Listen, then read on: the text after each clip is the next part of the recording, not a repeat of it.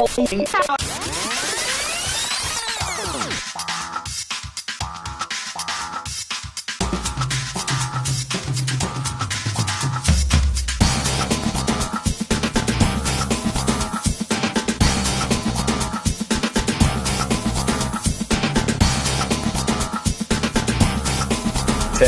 Stand by to take studio. 8, 7, 6, Stand by camera 1, mics 1 and 2, 3, 2, 1. Take studio. Good morning, MCHS. I'm your host, Amber St. Denis. And I'm Bradford Bullock.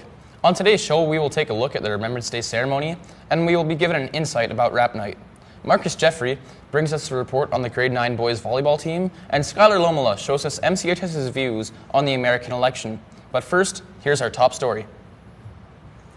On Thursday, November 10th, MCHS staff and students paused for an hour to remember the sacrifices made by the brave men and women of the Canadian Armed Forces. Held at the MCCC, the MCHS Remembrance Day ceremony was a poignant mix of readings, music, and reflection. Sailor Tarzwell brings us this report. Every November, we see Canadians all over with a small red poppy to cover their heart in remembrance of the sacrifices made by so many to protect our country's freedom. MCHS thanks these men and women at the annual Remembrance Day ceremony held at the MCCC. The event coordinator, Mr. Owen, touches on why this ceremony is so important. To me, Remembrance Day is a holiday that's very important. We need to remember the sacrifices made by those men and women who served their time to just help develop a Canadian identity. And today, for this ceremony, Vimy Ridge it's the 100th anniversary of Vimy Ridge this April. So to have Vimy commemorated as the coming out party of Canadian identity, to me it's just a really important thing. At many celebrations, students tend to have trouble being on their best behavior, but as usual, MCHS students and staff remained attentive and respectful. I was extremely happy with the outcome of the celebration. There was a lot of students that performed today. They read their pieces tremendously. We had students involved with the religious aspect of the ceremony. They did their jobs tremendously. I have to say, Rowan McVitie performed One Tin Soldier. She did just an amazing job. But overall, the students' performances were great. The readings were great. The structure and the ambiance of the ceremony, everything went really well.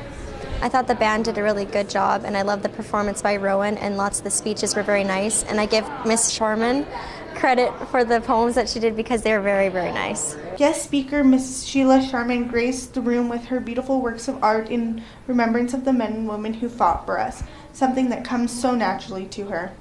Generally, they pretty much come to me, and it doesn't take me very long to get the first draft done. But then I go over them, and I'm, a little bit of a perfectionist, and I change this word and that word and this punctuation and whatnot. And in fact, the second poem that I read today, I changed this week, although I wrote it last year. Not only do Canadians around the world thank those who gave everything they have to protect our country, but MCHS would like to remember a cause that is so close to home. Reporting for MCTV News, Sailor Tarzwell. Welcome back. The MCHS Grade 9 girls volleyball team season is winding down this week as the teams headed to their zone tournament. Joining us in studio today is Mrs. Michelle Receiver to tell us about the team and how they've been doing this far. Thanks for joining us. Thanks for having me. So what's left for the team this year? We have zones tomorrow and our season is done. Has there been any girls that have been rather a surprise to you? I think Renee Whitfield in grade 9, she's been my server. She's missed 2 serves all season in all the games she's played. So to have such a consistent server is always a surprise. We were informed that you do not have any returning players this year. Has that posed a challenge to you guys this year? It has. I think that's why I made a point of choosing grade 8s this year, so we have that transition. It's always difficult to start a team from scratch. So next year, hopefully, we won't be doing that. Are you expecting big things from those grade 8 students? I think they have a lot of potential, and they're bringing that experience to our team for next year, which is always a benefit. Have the girls exceeded your expectations this year so far? They've all improved, and that's always the hope for a coach. And what I see from the beginning of the season to where they are now, they've exceeded and met any goals they've had for the season. Have you guys done particularly well at certain tournaments? Our home tournament, we came in second. We came very close to beating Fowler, which I think is a bit of our nemesis, and they're a very strong team. And for league, we came in 6 out of 8, but that doesn't show how they really played throughout the year and the improvement they've shown. There's some tough teams in Sakepeck. Will you be back coaching next year? I hope so. Okay, and what's your favorite thing about coaching the girls' team? I love the game. I love the teamwork. I love all the skills that volleyball brings, and it's just an exciting game to coach and to watch. Okay, well, thank you for joining us, and hopefully we can see you again soon. Thank you. Coming back after the commercial break, MCTV meteorologist Sailor Tarzwell will take a look at the weather for Canada and Alberta, as well as Morinville's 7-day forecast. Over 4 million crashes are caused by distracted drivers in North America a year. Drivers have less than half a second to react to a collision. 20 to 30% of accidents are caused by distracted drivers. Distracted drivers are more likely to crash than attentive drivers. Thumbs down to texting and driving. Don't do it.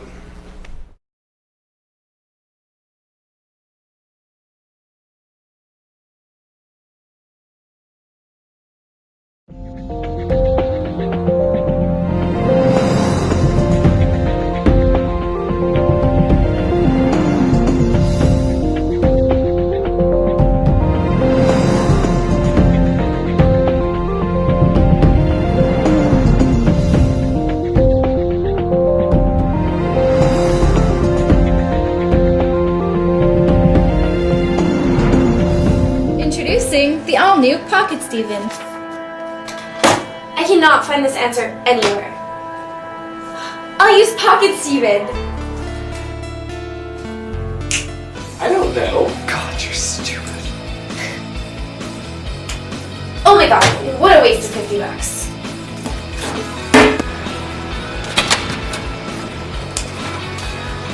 Well, what's her problem? Caution, some attitude may occur. Welcome back, and let's take a look at our national weather. Over in Whitehorse, it's a little cooler today with -6, as well as Yellowknife at -8. But down lower in Vancouver, it's way warmer with 8 degrees. And in Winnipeg, it is also 8 degrees. Regina, it is 4 degrees, looking nice. And there is some rain, as well as a little bit of snow, meaning Christmas is going to be coming soon. Over here, Iqaluit is a little colder with -3 and some snow. St. John's, Halifax, and Montreal are all rainy, while it is at 9 degrees. In Montreal, Halifax has 12 degrees, and St. John's is at 7. Let's take a look at our provincial forecast. At high level up north, it's snowing at -3, and Fort Mac is just below that at -2. Grand Prairie is above freezing temperature at 1, as well as Jasper with a little bit of snow. Banff is just at 0. Calgary is at 2 degrees, and Medicine Hat is looking like it's going to snow. Red Deer's at 1, and Edmonton is expecting snow with 2 degrees. Christmas is coming. Okay, let's take a look at our current conditions. It is -2 right now, and the wind isn't too bad at 9 kilometers an hour. It's relatively humid at 80 degrees, and the sunrise was at 8 o'clock this morning, and we're expecting to see it go down at 4:34 p.m. tonight. Let's take a look at the 7-day forecast. Looking pretty nice this week with 2 degrees on Wednesday. And throughout the week, it'll be around that area, -3, -2 for a -1 for high, and low 6s and 5s and 4s. Oh, thank you. Back to you. Thanks, Sailor. The Registered Apprenticeship Program gives students new opportunities and career choices. It also brings us an insight of the 51 trades in Alberta and Canada. A couple of weeks ago, interested parents and students met at the school to find out more about the program. Kobe Chute brings us this story. The Registered Apprenticeship Program, or the RAP program, is a program designed to help students get better jobs in their trades and keep those jobs. We asked teachers, why was the RAP program so important for students to keep their jobs, and how has it increased in popularity over the years? It's a specific program for high school students where they can earn credits, get paid, and get an early start in an apprenticeable trade, of which there are 50 different trades in Alberta? The objectives are pretty straightforward. It's to help students that know I want to be an electrician, a hairstylist, or a chef, or a plumber. Students that know that I want to head into the trades, I want to work with my hands. It's designed to help them make that transition and get an early start to the career. How has the population of the RAP program increased over the years, and how has it affected the program as a whole? The number of students finding out about RAP and their parents finding out about RAP is increasing every year because they're finding the value of these programs is huge. There's scholarships available. There's funding available through the federal government in some cases. At our school, it always fluctuates. Some years the numbers are up, some years the numbers are down. The last couple of years we've had less involved, but I think after tonight we had a parent information session and very well attended. I think we had over 16 families here, so it might be a bit on the upswing right now, which is good. On the other hand, the trade economy right now is not on the upswing, but I think any good student, we usually could find a place for them. How does this keep students in the trades, and how does this improve their chances of getting a job in the trades and keeping it longer than someone who hasn't been in the RAP program? Entering into the RAP program, they have the opportunity to work with the school and with Careers Next Generation, who's the company that started the RAP program. And so they have, a student has those supports behind them. It improves their chances of hiring on with that company after school. It's hard for some young people to get an apprenticeship after they're graduated, so if you can start RAP as a RAP student in high school, you have a much better chance of staying on with that company post-graduation. This is Colby Chute, MCTV News. Welcome back. I'm William Doney, and here's what's happening in the world of sports. A busy night in the NHL as Edmonton faced off against Anaheim, and Anaheim took the win 4-1 as Corey Perry had 2 assists. Calgary took on Minnesota and won the game 1-0 as Chad Johnson had his 5th career shutout. And Ottawa beat Philly 3-2, and Kyle Turris scored the game winner with less than 2 minutes left. And finally, Florida beat Montreal in an overtime game where Aaron Ekblad scored the winning goal. Last night in the NBA, there were 4 games on tap. The Cleveland Cavaliers faced off against the Toronto Raptors for a rematch of the Eastern Conference Finals, as the Cavs won the game 121-117 on LeBron James' 28 points, 14 assists, and 9 rebounds. Atlanta beat Miami 93-90 as the Miami Heat fall 2-8 in the season, and the Minnesota Timberwolves fell to the Charlotte Hornets as Kemba Walker scored 30 points. The Bulls beat the Trailblazers by a large difference of 113-88 on Jimmy Butler's 27 points and 12 rebounds. Tomorrow night in the NFL, the New Orleans Saints will face off against the Carolina Panthers. Both teams are coming off losses this week, and this will be the final time they play this season. This weekend, in the CFL, the East and West semifinals were held. Edmonton beat Hamilton 24-21 with a last-minute field goal to secure the win. The Esks move on to the Red Blacks this Sunday in the East Final. In the West, the Lions edged the Blue Bombers 32-31. BC now heads to Calgary to take on the top team in CFL, the Stampeders. Turning to MCHS sports, the Senior Wolves volleyball team are heading to Barhead this weekend for the North Central 3A Zone tournament. Hopefully things will go their way and we'll see them heading to provincials. And the grade 9 boys and girls volleyball teams head to their final tournament of the season tomorrow as they head to zones as well. Good luck and bring back the gold. Speaking of the grade 9 boys volleyball, here's a look at the team and their new coach, Mr. Trevor Larson. Marcus Jaffray files this report. Volleyball has been the school's most popular sport for years. Mr. Larson has taken up the task of training the next generation of Wolves. It's fun to coach volleyball. I played volleyball when I was in junior high, and I played a number of different sports over the years, so it's fun to be around athletics. I enjoy competition and having a good time through sport. Well, my favorite part this year has been really getting reacquainted with volleyball and kind of learning some new things myself in regards to volleyball at the same time as working on skills with the players. Mr. Larson believes that the best thing a team can do is try their best to win. We always, we're always in it to win it, but the hope is being competitive as possible. There are some strong teams in the league, but the hope is that we do as good as we possibly can. While their first game against the Crusaders may have ended in a loss, the Wolves have been training harder and harder, and Mr. Larson has been putting his team to work. We usually have 3 days of practice, and we practice on serving, passing, and trying to get it over the net. As with all athletics, the importance of effort, the importance of teamwork, sportsmanship, but again, building skill sets that are going to make us successful in hopefully JV and then senior boys volleyball.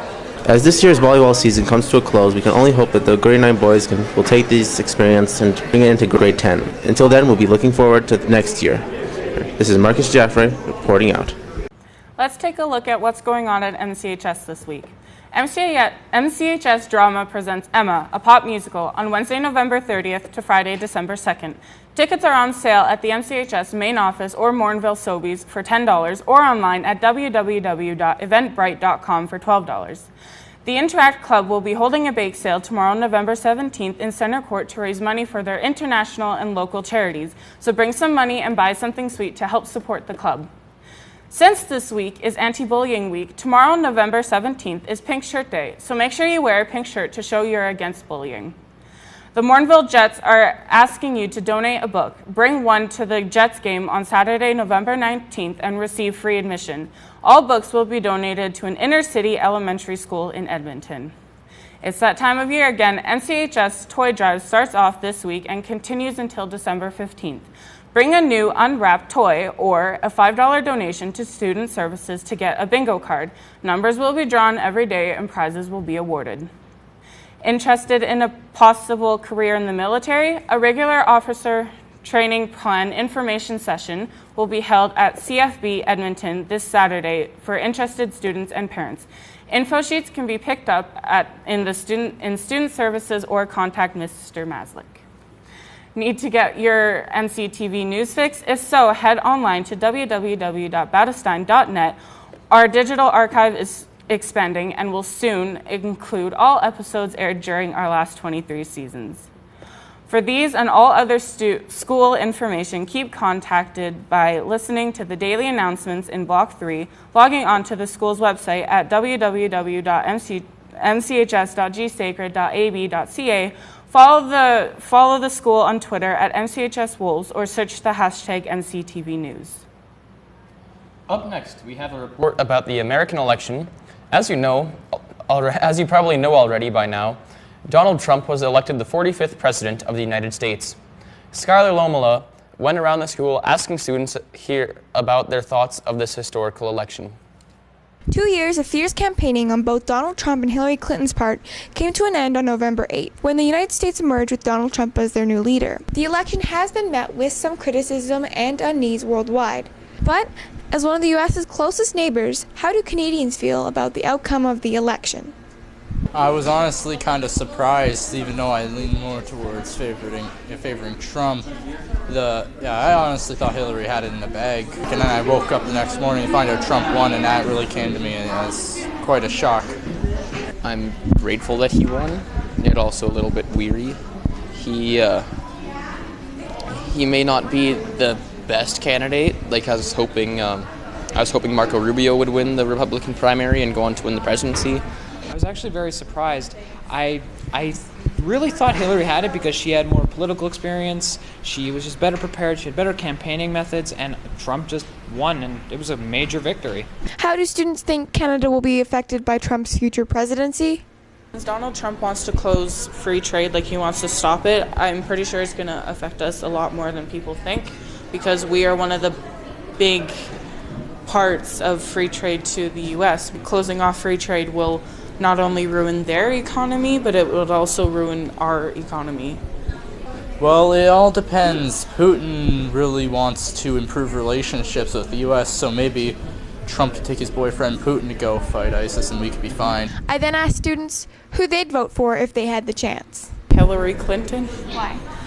Because she's not a racist, sexist, homophobic human being.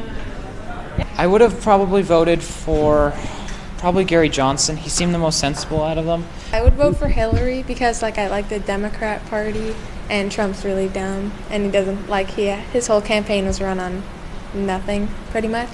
Honestly, even though I don't like either of them, I'd have to prefer Donald Trump a bit more because he has kind of a better plan to fight off ISIS. I think I would have probably voted for Hillary Clinton because I don't really like Donald Trump's way of thinking and his racist and sexist ways. Regardless of your opinion, if you're not a Donald Trump fan, things really couldn't get worse. Or could they? Reporting for MCTV News, I'm Skylar Luomala. That's our show for today. Thanks for tuning in. Join us again next week with hosts Chris McDonald and Mark Justin when they bring you a look at the Formal Day, Hallow Week, Legal Town Council, and MCHS Alumni Volleyball Tournament. All this plus your sports and your 7-day forecast for Mortonville on our next episode 1 week from today, Wednesday, November the 23rd. So, what are your plans for this weekend? I plan on going to buy a Christmas tree because last year ours broke, and I'm going to get some flats for the play. How did you manage to break a Christmas tree? Because the lights were in the Christmas tree, and so the cord just messed up, and yeah.